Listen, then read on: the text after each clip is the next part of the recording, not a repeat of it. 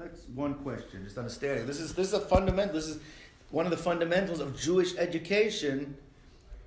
You would think we're teaching them that they should come to know. Besides the fact, if you don't know Hashem, then what are you doing teaching your children?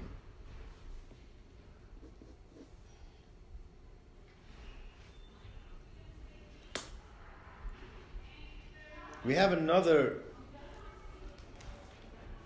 interaction between Moshe and Paro,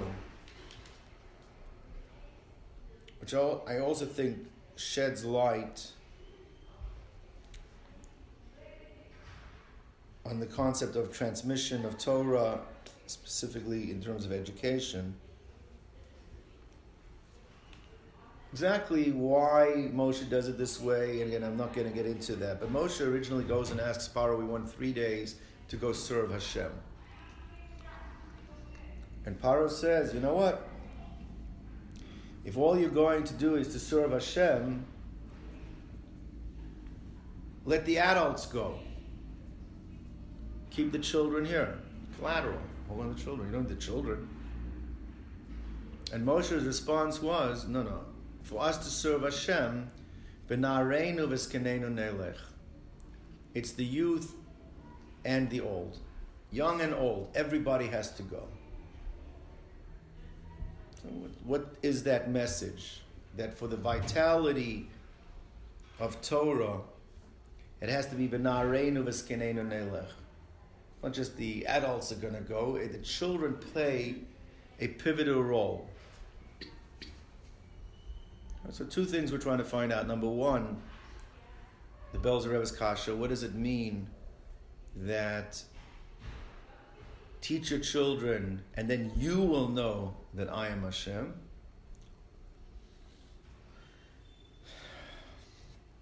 And the second piece, that Moshe is insistent that for us to serve Hashem, it's not just zkenenu. It has to be nareinu v'zkenenu. It has to be both. Unfortunately, we see that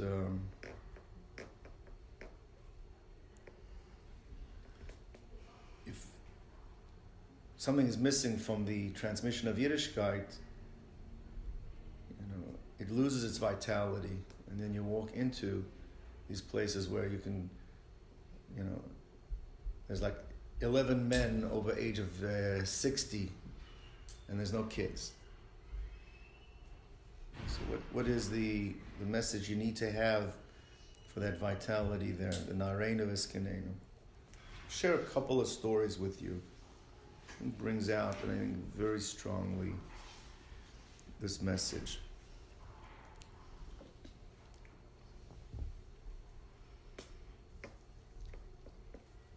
When I was in Miami, I was a high school principal at the Hebrew Academy, Alexander Synagros Hebrew Academy. So we had the honor of having, at the time, he was a Rosh Kollel in Minneapolis. He's moved now as a Rav. He was a Rav in Minneapolis, not just Rosh Kollel, he was a Rav in Minneapolis, and now I think he's a Rav in New York. Rabbi Moshe Tuvia Leaf. Moshe Tuvia Leaf is Adam Gadol. He was visiting Miami, and I asked him to come speak at the school. So he told us a story, incredible story. They had a school there, it was a communal day school, Jewish communal day school that he was involved in Minneapolis. It's before communities get sophisticated and you need the yeshivish school, and you have they become more segmented, and you have this kind of school and that kind of school. So they had the schools in communities. They had the community day schools. That was and they had a very strong kiruv component, because people who identify themselves as Jewish, which Baruch Hashem, there are people that are, even though they weren't observant yet, but they wanted to be connected, and so that they would send their kids to the school. And he would always look for opportunities as to how he could move these families along. So one of the things they did at back to school night, when the parents would show up, he would give out these cards that had Kriya Shema transliterated on it. The parents were able to say, and he told them that it's a very important thing before your kids go to sleep, say Kriya Shema with your children. And it was couched as, this is something that you can do to get involved with your children that is going to be beneficial to them, but really what it was is he wanted the parents to have an involvement in the chinuch of their kids, which he thought would be a very important point, and it's, every night it becomes something that we, children, you say Shema, it becomes something every night before you go to sleep, you say Shema. He wanted the parents to be involved in that. So he gets a call from a mother of a 5 or 6 year old girl, little Rachel's mother. So the mother calls and says, Rabbi, I have to tell you something incredible happened last night. I just have to share this with you. So he says, okay, what happened? He says, I was not feeling well. Right after dinner, I went and I lay down. I was just really not feeling well. My husband was taking care of everything. He let me go to sleep, and I went to sleep early. And I had fallen asleep. I was like half asleep at an hour in. And I see that the door to my room opens up very slowly. And out of the corner of my eye, I see my little daughter Rachel come lightly treading into the room. And she goes up to my drawers, opens the drawer, and takes something out of it, and still not figuring out exactly what's going on here. And she comes over to my bed, pulls out this card, puts her hands over my eyes, and says the Kriya Shema. I had to share that with you. He said that's. And so Rabbi Leaf said, that's the Navi says that that the way to coming to Mashiach, it says that children will lead the way. But I think it really is the secret to Jewish education and how to connect the families, because through the children, the parents are going to come along.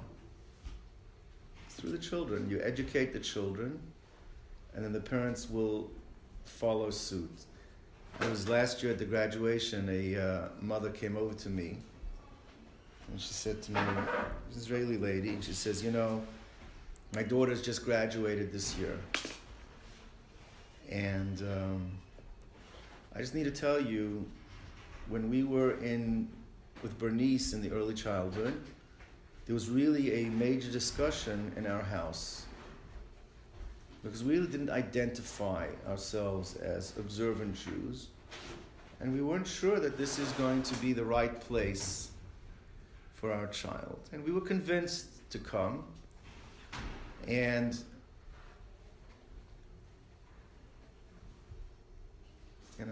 a year in, our daughter comes over and says to us, Ima, lama lo madlikim nerot b'Shabbat? Why don't we light candles on Shabbos? Saying, Zelo aminhag shelanu, it's not our custom, it's not, and she pushed on us, and we started. And now 8th grade, my daughter's graduating, going to a Jewish high school, we're completely observant. It started with, let's light candles on Shabbos, but it starts with the child coming, and it reminds me of a story that I heard from the Arach I remember it was Yad Lachim, one of these groups from Israel brought to Miami Rabbi Uri Zohar. I don't know if people have heard of Uri Zohar. Used to be a famous Israeli actor and singer, and like he became, I think through Eshat Torah, he became frum. He became it's like it was in Israel in the secular Israeli society. It was a day of Avelus, like when they went into mourning when he went. But he was like a very, very powerful personality. So he said over the story that he was involved. Actually, was with what do they call that group of schools that's outside of the what do they call the schools in Israel that for the frum schools, the open schools all over the place. No, it's not sure. Anyway, he was working with a group that opening up religious schools.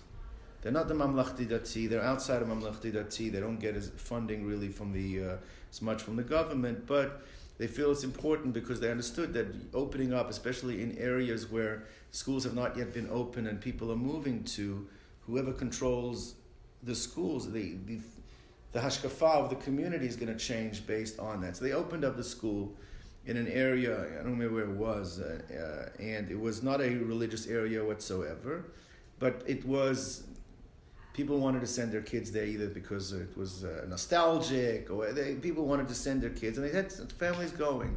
But again, most of the families that were not observant, and they had a similar situation. He's telling over how this little kid comes home and wants to light Shabbos candles, and the parents said, no, we don't do that. Shabbos candles, it's starting already, we can't.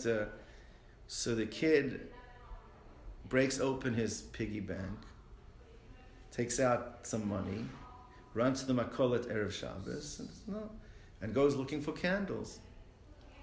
And unfortunately, the only candles that the kid could find, the kid not realizing, is he bought yahrzeit candles.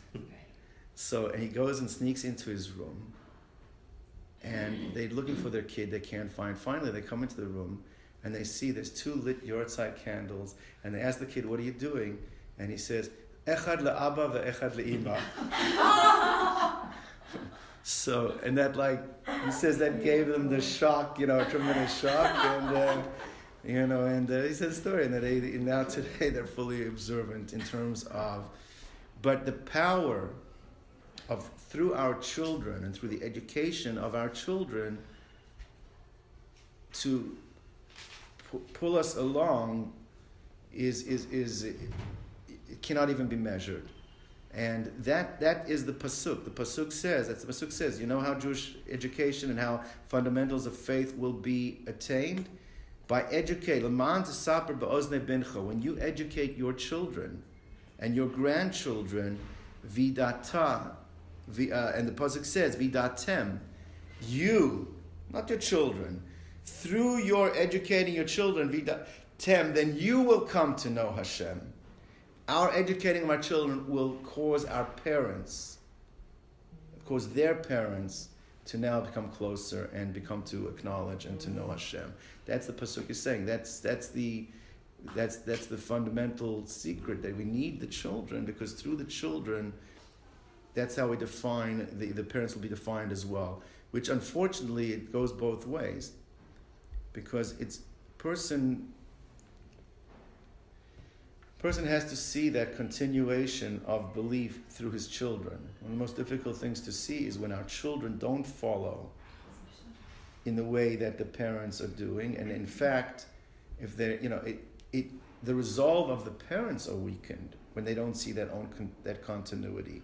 The parents' belief themselves becomes shaken, because there's no question that there's a strength for a child to look back at what the parent is.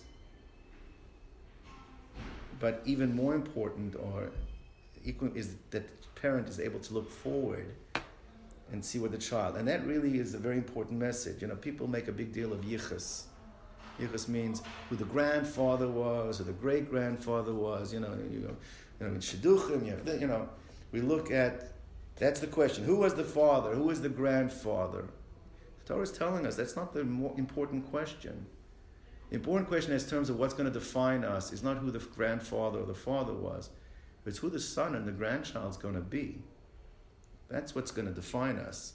It's what's going to happen moving forward. Not looking back is not the definition. The definition is moving forward. That's going to be the definition of what is going to define us.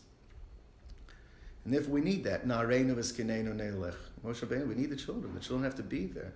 A lot of places, religion is relegated to the adults, Even at Har Sinai, there was certain avodas that were done. They brought korbanos. It was given over to the children to do because the concept of how important it is.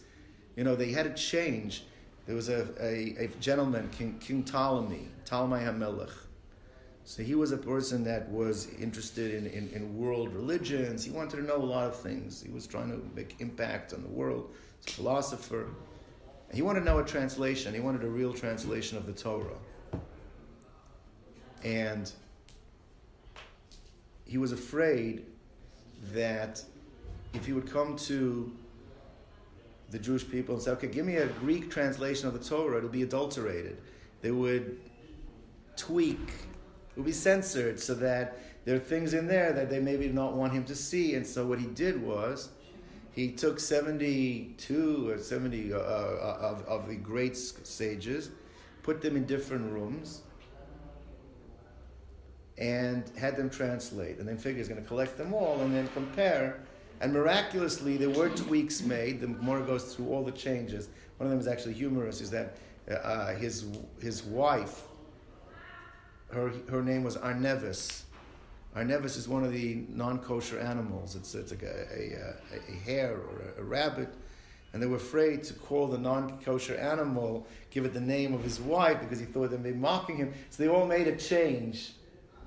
And they made the same change, and so therefore he didn't pick up on it. But miraculously, certain changes happened. One of the changes that were made at Har Sinai, it says the youngsters were the ones that led the way in doing the service at Har Sinai to get the Torah. And they changed it. They changed from the word from youngsters to nobles. That the nobles did it. Because a non-Jew would not... How can you have a youngster being the one doing it? You need the oldest, the most sagacious, the most important. Because by other religions, the youth don't have that eminent role. But by Yiddishkeit, it's b'na'areinu v'skenenu. You have the children play an important role. They play, in fact, one of the most important roles. You have to have them for the transmission to continue and that link to remain. So I think that answers the first piece of it. But there really are two pieces because it is a interaction. It's na'areinu v'skenenu doesn't just mean that it is you need to have the youth and to the negation of the elderly of the previous generations. You need to have both. It means you have to have what's moving forward and looking forward, but you also have to know, with the other eye, you have to be looking back as well. And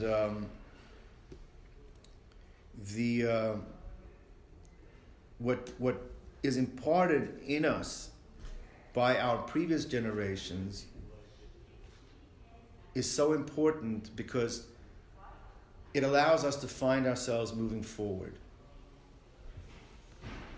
Many, many people that I've spoken to that have become Baalei Tshuva, it's because of an interaction that they had with a grandparent, or something, a memento that they had of a grandparent or a great-grandparent, or it's the name that was given, or something that idea of having that connection to the past, something that's been embedded in them,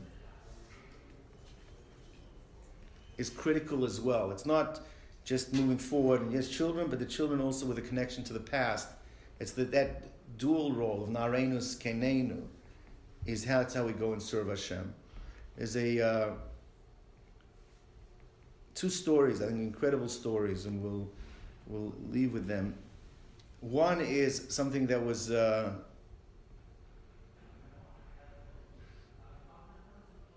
I just read, there was a famous documented story. This fellow, I think, is one of the soldiers, the Golden, I think, was killed. Was killed in an operation, was kidnapped, and he was killed. But the Israelis stormed in to try and find where these kidnapped soldiers had been. And this is recorded, documented, is that they encountered a female bomber.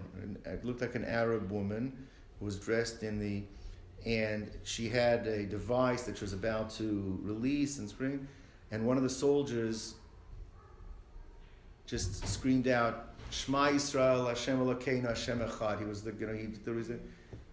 and this woman was so taken back that she couldn't release the. Right? And after investigation, they found out that this woman herself she had married an Arab, or I know she was kidnapped or not kidnapped, and her and her 2 children were taken in, and she had become indoctrinated and brainwashed. She actually was a Jewish woman.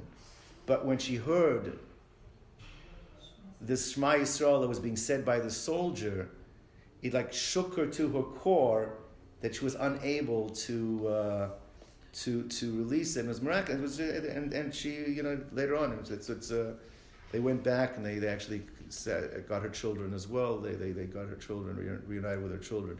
But it reminded me, hearing that story, reminded me of an earlier story that I had heard, which also, I think that brings out the point that I'm trying to say even stronger. One of the tragedies that occurred after the Holocaust was that there were many families, to save their children, they gave their young children over to monasteries, to the Christian church, hopefully figuring that they would give them there, they would keep them in safe harbor, and then after the war, or after they were able to, they would reunite with their kids. So, Rahman al-Islam, unfortunately, there were many that didn't make it back. And even the few that did, many of these churches denied having any children. And they were raising them like Christians. I mean, I know myself, I met a few people that, till the age of 18, 19, they were raised Christian and then finally came back and were in these situations. So there was a mishlachat, the United States Army allowed, there was a great rabbi who was part of the war effort to save Jews. His name is Rabbi Eliezer Silver from Cincinnati. Really, Adam Gal, a real great man. They allowed him, they went with soldiers to all the places that they had some record that perhaps were harboring these young Jews, to try and find and reunite them with their families in the United States, bring them back. And he was running into the same problem, that the churches were denying that there were any of these Jewish young children there. And he was at a loss. Finally, what he did was, he requested that they take the soldiers, bring him to the churches when they were putting the kids, these orphanages, when they were about to go to bed. And he came into these halls with these kids, and he would scream out, Shema Yisrael, in the tune and all these little kids were coming, mama, mama, tata, tata, coming out. And that's how he was able to get these kids and find out, saving many, many of these little children, because it kindled in them the memory. These kids have been given over the age of 3, 4, whatever it was. They remembered that sound that the mother would say with them when they were being put to sleep, and that brought back that memory, and he was able to go ahead and say. And I think that the point of that story itself, the way what I internalize it, is that we need that. There is embedded in us from previous generations. We have embedded in us either latent, suppressed, these memories that are there, these connections that are there, that allows, when we develop, we have that stronger sense of connection that has there as well. So the point is that it's true. Moving forward, our children will strengthen us. And that's the pasuk that says that Laman, to saper, you educate your children, and you will know through that you will become stronger. Your connection to God will be stronger through seeing the next generation. Either practically they will educate us, which is happening today, but even our commitment and resolve will be stronger when we see our children going in that way. But in the flip side, in order also for our children to reach that role of discovery, the more they have embedded in them from past generations, which you do, by the way, there's very few people that you don't go back 2, 3, 4 generations and hit somebody observant. Very few generations can claim, I have the yichus of 5 generations of secular Jews. That generally doesn't happen. 2 generations, 3 generations secular Jews. You know what they're doing today? They're celebrating Christmas. That's usually what happens. But that connection that comes through can be polished and discovered and developed, the potential that allows our children also to move forward. So we have that na'areinu v'skenenu. You need both. You need the children, and you need the future generation, and you need that past generation. That symbiotic relationship is what allows us to serve HaKadosh Baruch Hu in the fullest way. Okay. I wanted to tell you something. Please. You don't have to go so far away to different stories and people. Here in our school, I work here for many, many years, and I know 2 rabbis. The kids from the school changed the whole house. They were Chiloni. Right. They went home. They did the dishes. They start observe and become and keep Shabbat. And their parents went to shul to learn. And from this school, so many families because of these 2 rabbis that was here.